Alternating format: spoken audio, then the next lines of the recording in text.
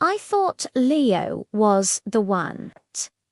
We had what felt like a perfect marriage. We'd been together since college, built a life, a home, everything. He was my rock, my best friend, or so I believed. The signs were there, I just didn't want to see them.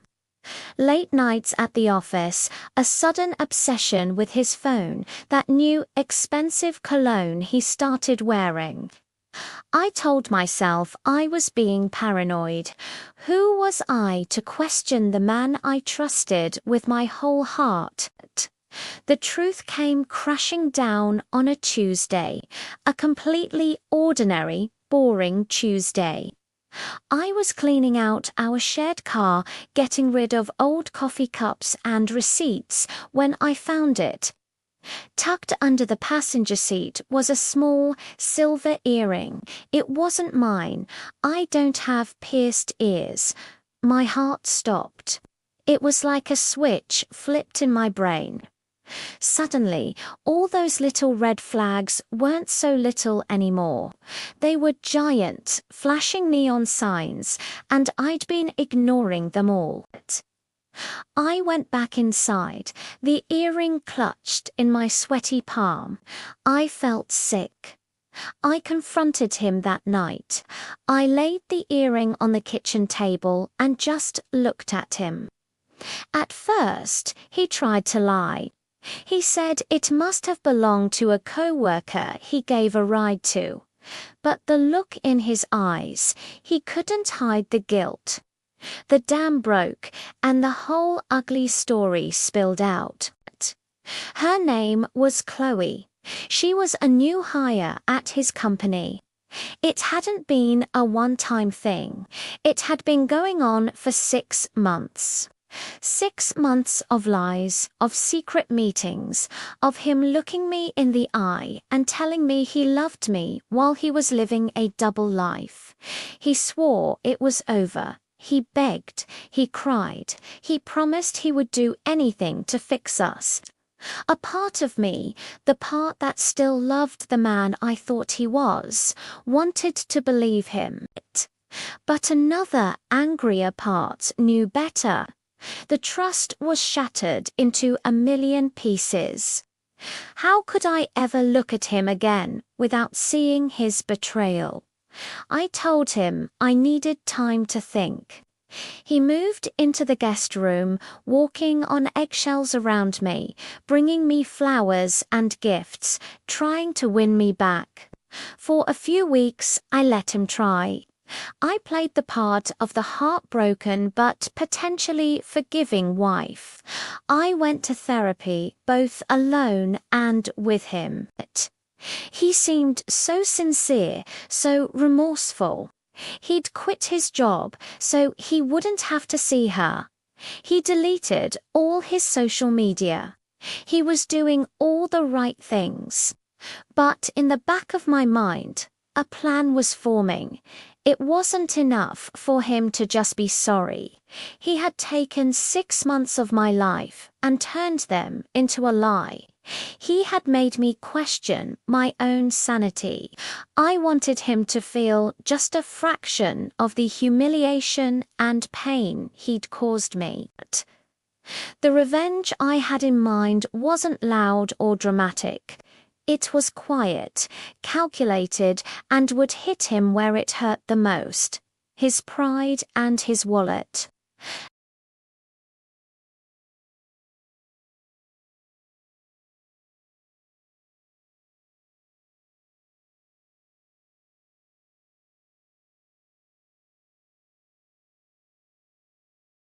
They had helped us with the down payment on our beautiful house, a house that was in both our names. This was the key.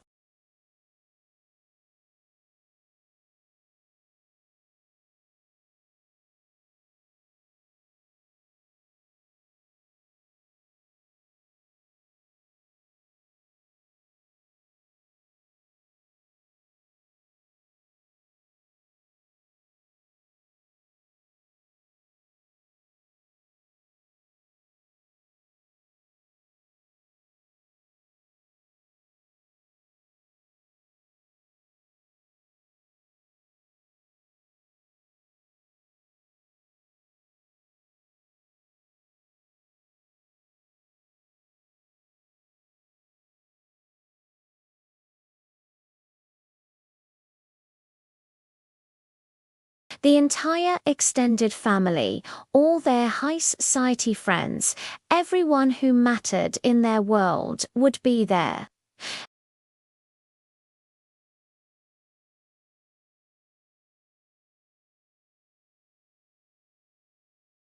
He had no idea what kind of storm was really coming. I spent the weeks leading up to the party being the perfect daughter. I helped his mother with the planning. I chose a beautiful new dress. I smiled and reassured everyone that Leo and I were working through things and were stronger than ever. Leo was ecstatic. He thought he had dodged the biggest bullet of his life. The night of the party arrived. The venue was breathtaking.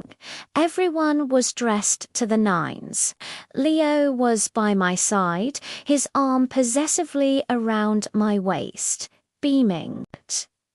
He kept whispering how much he loved me, how we were going to be okay. I just smiled. During the main course, his father stood up to give a heartfelt speech about love, commitment, and family legacy.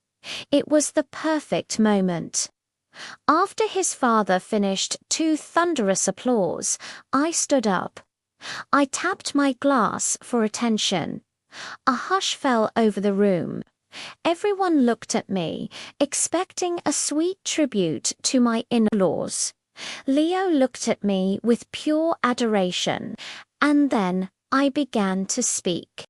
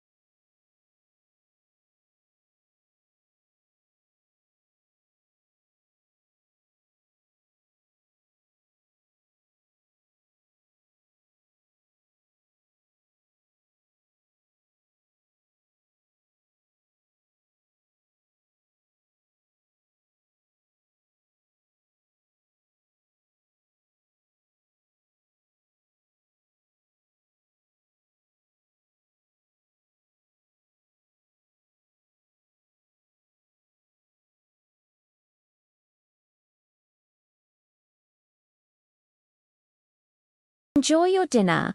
I placed my wedding ring on the table, picked up my purse, and walked out of that room with my head held high.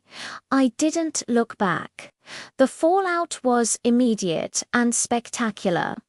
The next day, my lawyer served Leo with divorce papers.